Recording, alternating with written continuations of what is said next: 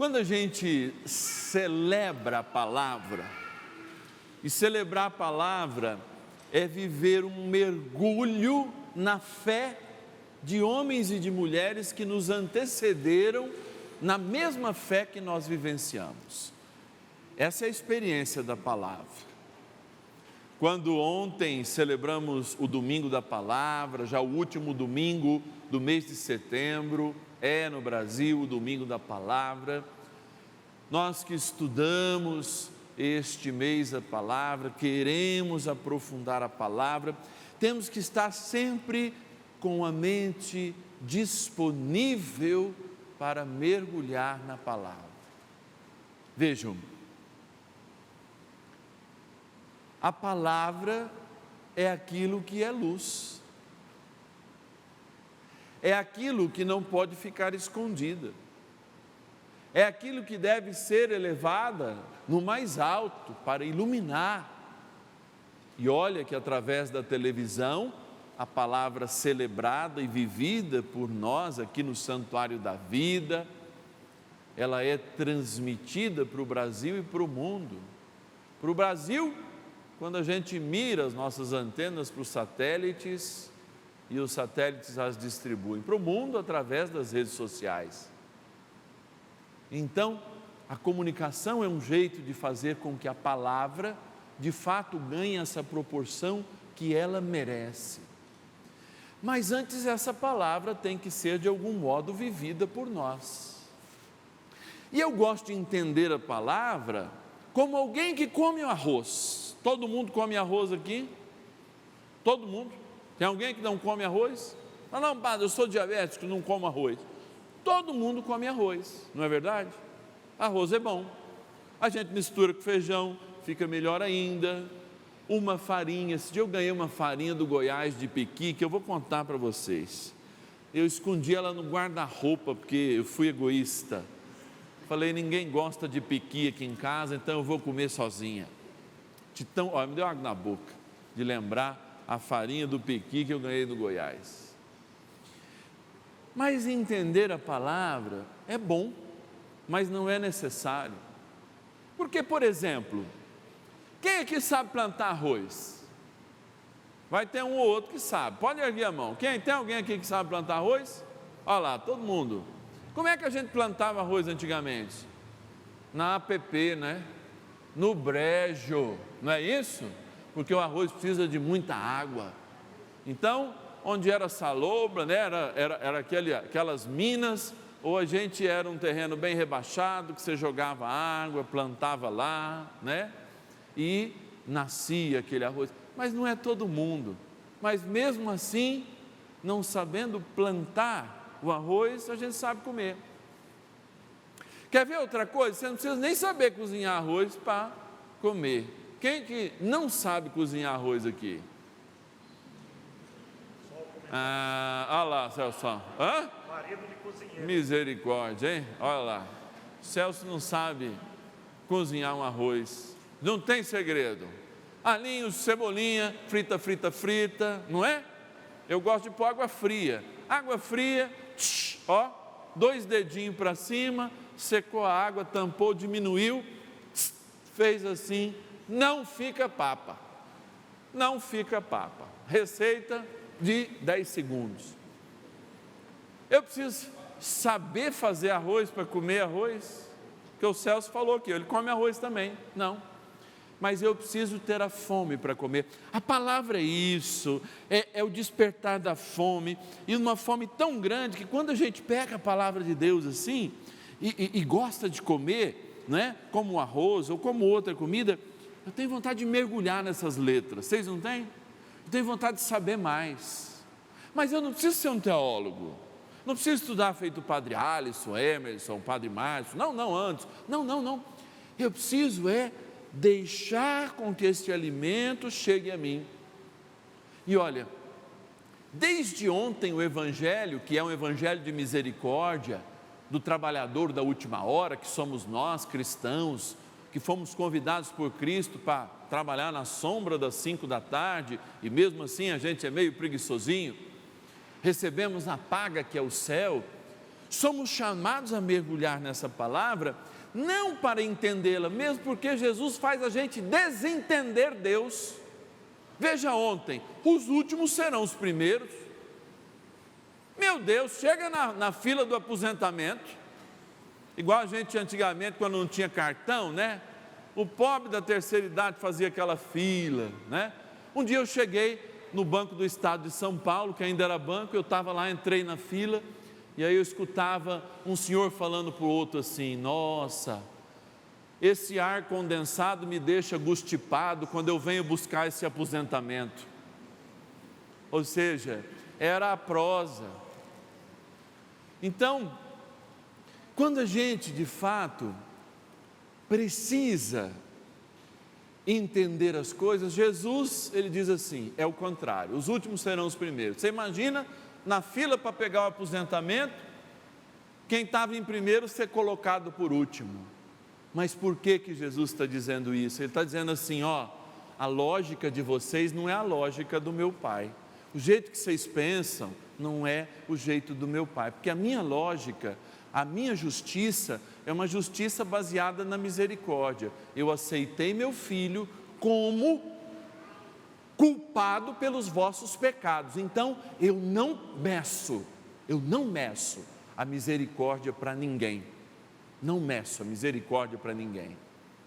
E da mesma maneira ele está dizendo aqui, quem se apropriou de algo, olha aqui, ó, que ele diz, ó, quem tem alguma coisa, vai ter mais. E quem não tem, vai deixar de ter o pouco que tem.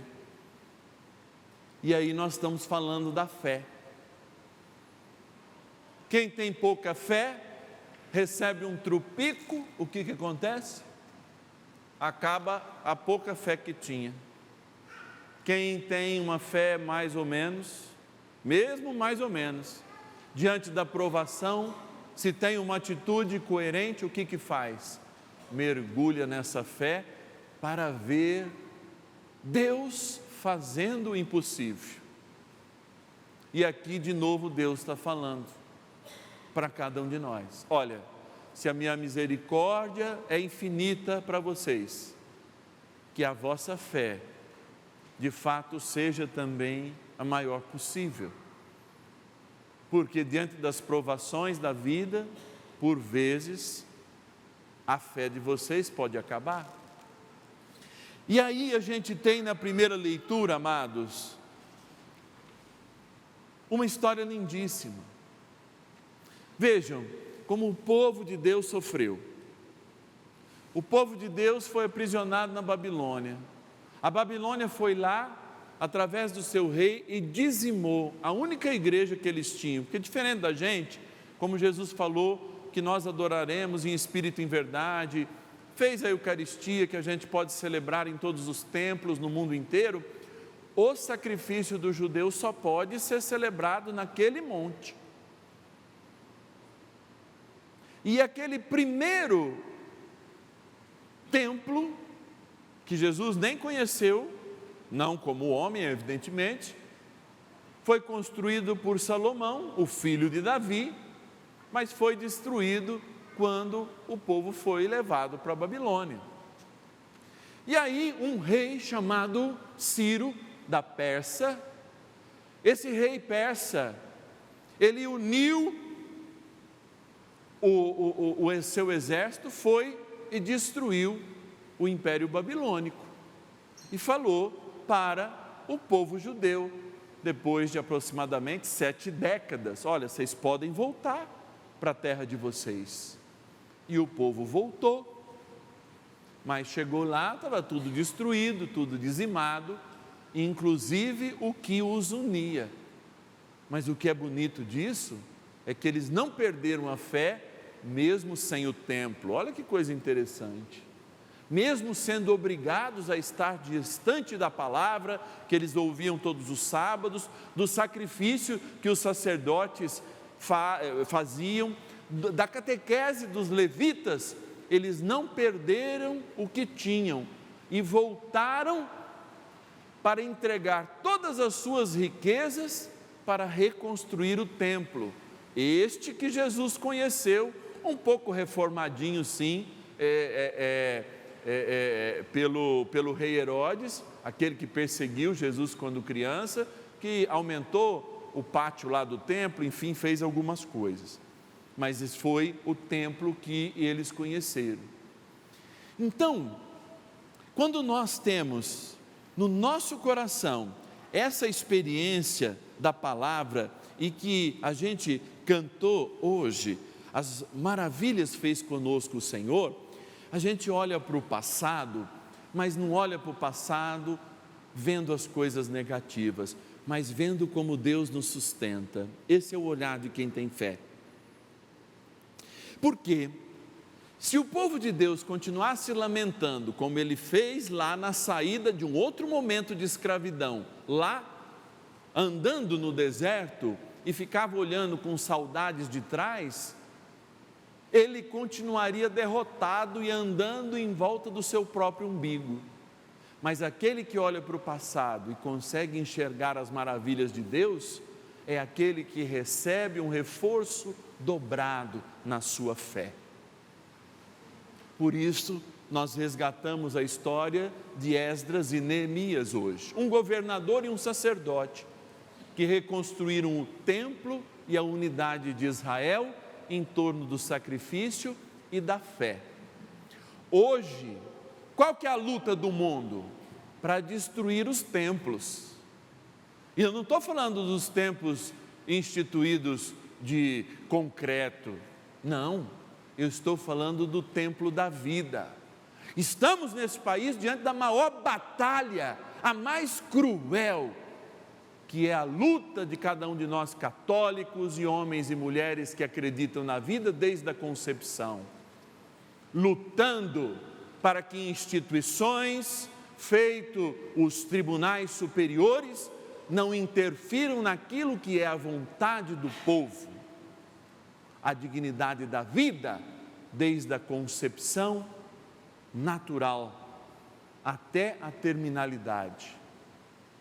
Isso é uma dignidade intrínseca, porque se a gente defende um filho de uma baleia, onde estão os ecologistas para defender os filhos dos seres humanos, que cruelmente poderão ser sacrificados para que Satanás aumente o seu poder sobre esta sociedade, que, se não ouvir o nosso grito, passa a ser mais injusta. Então, assim, pessoas que querem aniquilar a nossa fé, aniquilar os santuários que é a vida, aniquilar a família, porque nós sabemos o poder daqueles que cantam as maravilhas do Senhor, porque aqueles que cantam as maravilhas do Senhor, os céus se abrem para eles, e o céu aberto é a boca do inferno fechada. Contudo, a morte certa, especialmente dos inocentes que não podem se defender, é a boca do inferno abrindo, não só em calor que a gente está sentindo no Brasil esses últimos dias, mas de fato em devassidão e em perda de sentido. Amados, se não estamos diante da Babilônia, se não estamos diante de outros reinos, nem do Egito, mas estamos diante de pessoas que podem decidir a nossa vida, mesmo a contragosto da maioria. Quanto a nós, como disse Josué, entrando na terra prometida, quanto a mim, eu e minha casa serviremos ao Senhor e defenderemos a vida a qualquer custo, porque nós só temos vida porque Deus muito nos amou, e só temos a vida eterna porque este amor se derramou em graça na cruz, para que defendêssemos a vida e a dessemos como plenitude, desde a concepção até a terminalidade natural. Não apague o diabo a nossa esperança, porque nós iremos cantar a maravilha e as maravilhas do Senhor todos os dias, inclusive quando perseguem a vida inocente. Acorde, senhores ecologistas, acordem. Se nós somos capazes de defender uma baleinha, ainda embrião? Do que nós falamos de um feto até 12 semanas? É ou não é um ser humano? É ou não é ecologia defender a vida que vai além da fé? E essa é a nossa esperança. Benditos são aqueles que lutam pelo nome do Senhor e pelos seus valores. Estes acendem a luz no alto e fazem com que o candeleiro das suas vidas ilumine a palavra de Deus, e é esta que mostra o caminho da luz, contra as trevas. Louvado seja nosso Senhor Jesus Cristo. Para sempre seja louvado. Este programa tem o apoio dos nossos benfeitores. Seja você também um benfeitor, evangelizando conosco. Ligue 0 Operadora 11 4200 8080.